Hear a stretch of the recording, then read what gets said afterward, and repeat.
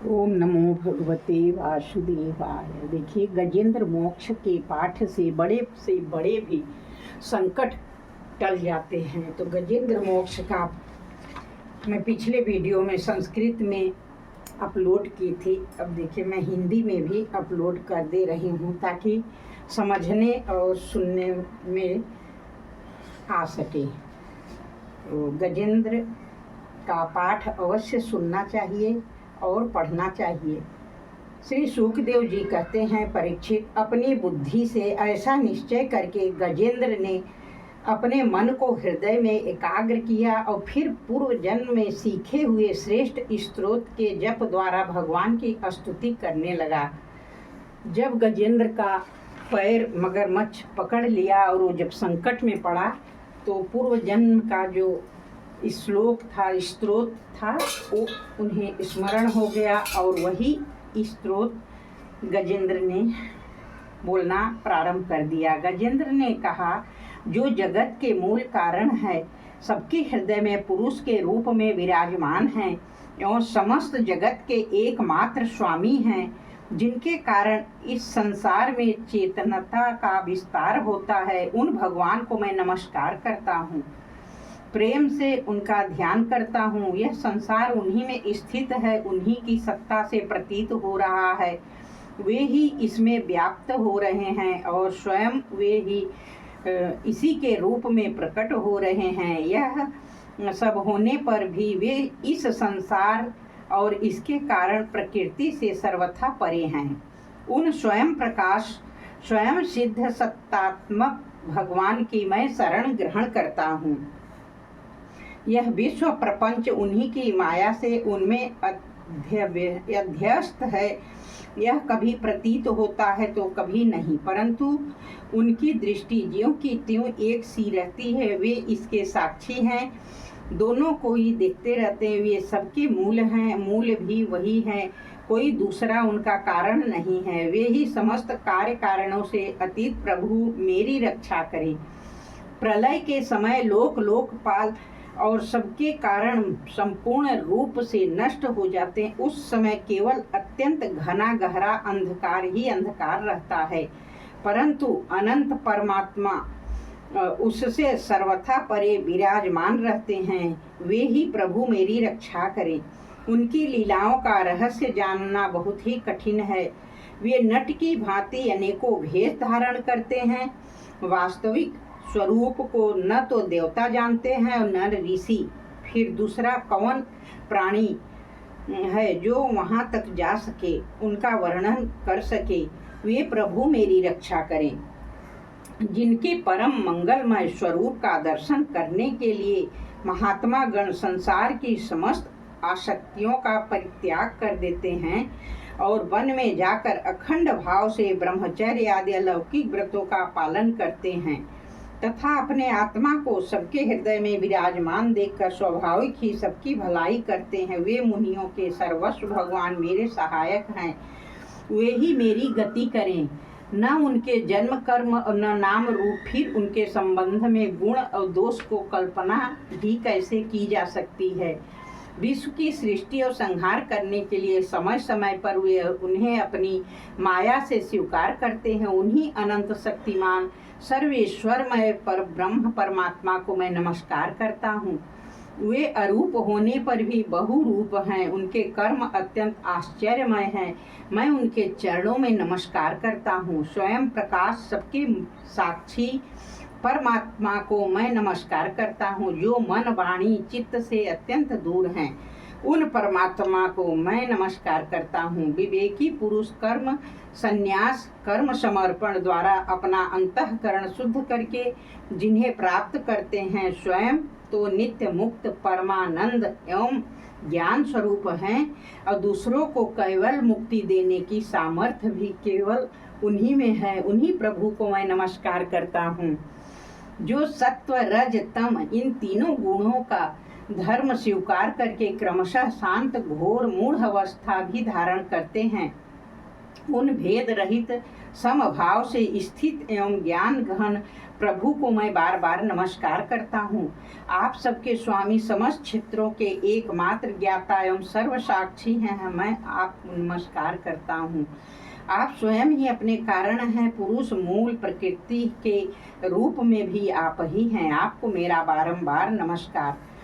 आप समस्त इंद्रिय विषयों के दृष्टा हैं, समस्त प्रतीतों के आधार, अहंकार अछाया रूप असत वस्तुओं के द्वारा आपका ही अस्तित्व प्रकट होता है।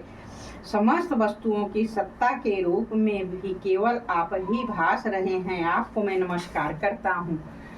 आप सबको मूल कारण हैं, सबके मूल कारण है, कोई कारण नहीं, तथा कारण होने पर भी आपसे विकार परिणाम नहीं होते, इसीलिए आप अनोखे कारण हैं। आपको मेरा बारंबार नमस्कार है। समस्त नदी झरने आश्रय समुद्र हैं, वे वैसे ही आप समस्त वेद शास्त्रों के परम तात्पर्य हैं, मोक्ष स्वरूप। समस्त संत आपकी ही शरण ग्रहण करते हैं, मैं आपको नमस्कार करता हूँ। जैसे काष्ठ में अरिणा अग्नि गुप्त रहती है, वैसे ही आपने अपने ज्ञान को गुणों की माया से ढक रखा है। गुणों में क्षोभ होने पर उनके द्वारा विविध प्रकार की सृष्टि रचना का आप संकल्प करते हैं। जो लोग कर्म संन्यास अथवा कर्म समर्पण के द्वारा आत्म तत्व की भावना करके वेद शास्त्रों से उठ जाते हैं, उनके आत्मा के रूप में आप स्वयं ही प्रकाशित हो जाते हैं। आपको मैं नमस्कार करता हूँ। जैसे कोई दयालु पुरुष फंदे में पड़े हुए पशु का बंधन काट दे, वैसे ही आप मेरे जैसे शरणागतों की फांसी काट देते हैं। आप नित्य मुक्त हैं, परम करुणामय हैं। भक्तों का कल्याण करने में आप कभी आलस्य नहीं करते। आपके चरणों में मेरा नमस्कार है। समस्त प्राणियों के हृदय में अपने अंश के द्वारा अंतरात्मा के रूप में आप विराजमान हैं। आप सर्वेश्वर पूर्ण एवं अनंत हैं। आपको मैं नमस्कार करता हूँ। जो लोग शरीर पुत्र गुर्जन गृह संपत्ति स्वजनों में आसक्त हैं, उन्हें आपकी प्राप्ति अत्यंत कठिन है, क्योंकि आप स्वयं गुणों की आसक्ति से रहित हैं। जीवन मुक्त पुरुष अपने हृदय में आपका निरंतर चिंतन करते रहते हैं। उन सर्वेश्वर पूर्ण ज्ञान स्वरूप भगवान को मैं नमस्कार करता हूँ। धर्म अर्थ काम मोक्ष की कामना से मनुष्य उन्हीं का भजन करके अपनी अभीष्ट वस्तु प्राप्त कर लेते हैं। इतना ही नहीं, उनको सभी प्रकार का सुख देते हैं और अपने ही जैसा अविनाशी पार्षद शरीर भी देते हैं। वे भी परम दयालु प्रभु मेरा उद्धार करें।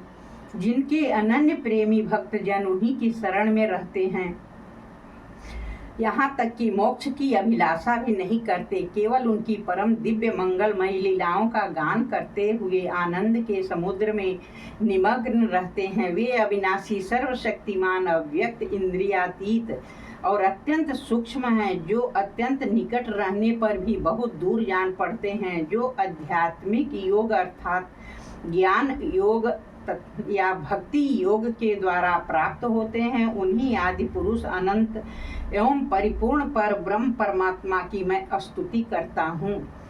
जिनकी अत्यंत छोटी कला से अनेकों नाम रूप के भेदभाव से युक्त ब्रह्मा आदि देवता वेद और चराचर लोकों की सृष्टि हुई है। जैसे धधकती हुई आग से लपटे और प्रकाशमान सूर्य से उनकी किरणें बार बार निकलती और लीन होती रहती है, वैसे ही जिन स्वयं प्रकाश परमात्मा से बुद्धि मन इंद्रिय शरीर जो गुणों के प्रवाह रूप हैं बार बार प्रकट होते हैं और लीन हो जाते हैं, वे भगवान न देवता हैं, न असुर मनुष्य, न ही पक्षी पशु, न ही स्त्री हैं, न पुरुष हैं, न पुंसक। वे कोई साधारण या असाधारण प्राणी भी नहीं हैं। वे गुण हैं और न कर्म हैं, न कार्य हैं, न तो कारण। वे ही परमात्मा मेरे उद्धार के लिए प्रकट हूँ। मैं जीना नहीं चाहता। यह हाथी की योनि बाहर और भीतर सब ओर से अज्ञान रूप आवरण के द्वारा ढकी हुई है। इसको रख कर करना ही क्या है। मैं तो आत्म प्रकाश को ढकने वाले उस अज्ञान रूप आवरण से छूटना चाहता हूँ जो काल क्रम से अपने आप नहीं छूट सकता, जो केवल भगवत कृपा अथवा तत्व ज्ञान के द्वारा ही नष्ट होता है। इसीलिए मैं उन पर ब्रह्म परमात्मा के शरण में हूँ। विश्व रहित होने पर भी विश्व के रचयिता विश्व स्वरूप हैं, साथ ही विश्व की अंतरात्मा के रूप में विश्व रूप सामग्री से क्रीड़ा भी करते रहते हैं। उन अजन्मा परम पद स्वरूप ब्रह्म को मैं नमस्कार करता हूँ। योगी लोग योग के द्वारा कर्म वासना और कर्म फल को भस्म करके अपने योग शुद्ध हृदय में जिन योगेश्वर भगवान का साक्षात्कार करते हैं उन प्रभु को मैं नमस्कार करता हूँ। प्रभु, आपकी 3 शक्तियों सत्व रज तम वेग असम है, समस्त इंद्रियों और मन के विषयों के रूप में आप ही प्रतीत हो रहे हैं। इंद्रियां बस में नहीं है, वे तो आपकी प्राप्ति का मार्ग भी नहीं पा सकते। आपकी शक्ति अनंत है, आप शरणागत वत्सल हैं। आपको मैं बार बार नमस्कार कर रहा हूँ। आपकी माया हम बुद्धि से आत्मा का स्वरूप ढक गया है, इसी से यह जीव अपने स्वरूप को नहीं जान पाता। आपकी महिमा अपार है। उन सर्वशक्तिमान एवं मायूरी निधि भगवान की मैं शरण में हूँ। श्री सुखदेव जी कहते हैं, परीक्षित, गजेंद्र ने बिना किसी भेदभाव के निर्विशेष रूप से भगवान की स्तुति की थी। इसीलिए भिन्न भिन्न नाम और रूप को अपना स्वरूप मानने वाले ब्रह्मा आदि देवता उनकी रक्षा करने के लिए नहीं आए। उस समय सर्वात्मा होने के कारण सर्वदेव स्वरूप स्वयं भगवान श्री हरि प्रकट हो गए।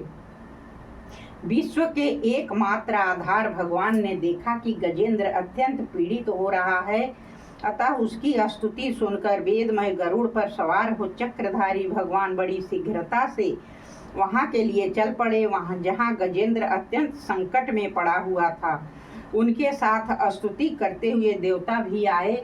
सरोवर के भीतर बलवान ग्राह ने गजेंद्र को पकड़ रखा था। वह अत्यंत व्याकुल हो रहा था।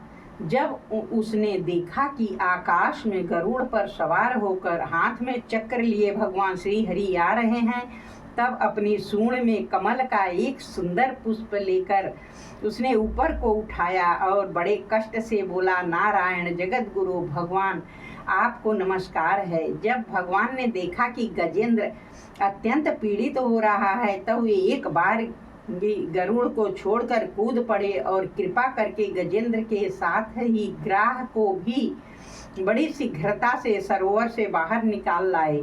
फिर सब देवताओं के सामने ही भगवान श्री हरि ने चक्र से ग्राह का मुंह फाड़ डाला और गजेंद्र को छुड़ा लिया। बोलिए गोविंद भगवान की जय, श्री कृष्ण कन्हैया लाल की जय। आज की कथा भगवान गोविंद जी के चरणों में सादर समर्पित है।